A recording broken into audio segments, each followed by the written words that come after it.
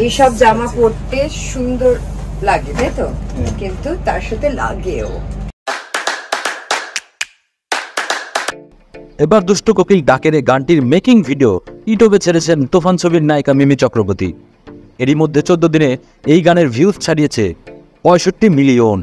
কোকিল ডাকে রে কুকু কুকু কুকু মনে বাঁশি বাজে রে কুকু কুকু। এই গানে মিমি চক্রবর্তীর যে ড্রেস পরে ডান্স করেছে তা নিয়ে হচ্ছে অনেক সমালোচনা। সমালোচনা তো থাকবেই, যে ড্রেস পরেছে তাতে তো সবাই হট হয়ে গেছে। যাই হোক, এটা একটি আইটেম গান শর্ট ড্রেস হট ড্রেস পরেই হয়, বোরকা পরে হয় না, এটা বুঝতে হবে সবার। আর মিমি চক্রবর্তী তো নিজের ইচ্ছায় পড়েনি, ছবির পরিচালক যেভাবে চাইবে সেইভাবেই অভিনয় করতে হবে, সেইভাবে ড্রেসও পরতে হবে। এটা নিয়ে এত সিরিয়াসলি সমালোচনার কিছুই নেই।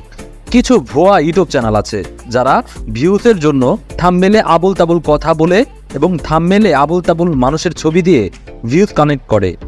আসলে কিন্তু কিছুই না। আমরা সেই সব চ্যানেল থেকে দূরে থাকবো এবং সেই সব ভিডিও থেকেও দূরে থাকবো। ওকে, এই ছিল ভিডিওটি কেমন লাগলো তা অবশ্যই কমেন্ট করে জানাতে পারেন। আর অনেক অনেক ধন্যবাদ এতক্ষণ সোহান খান চ্যানেলের সাথে থাকার জন্য। আল্লাহ হাফেজ। See you in theaters.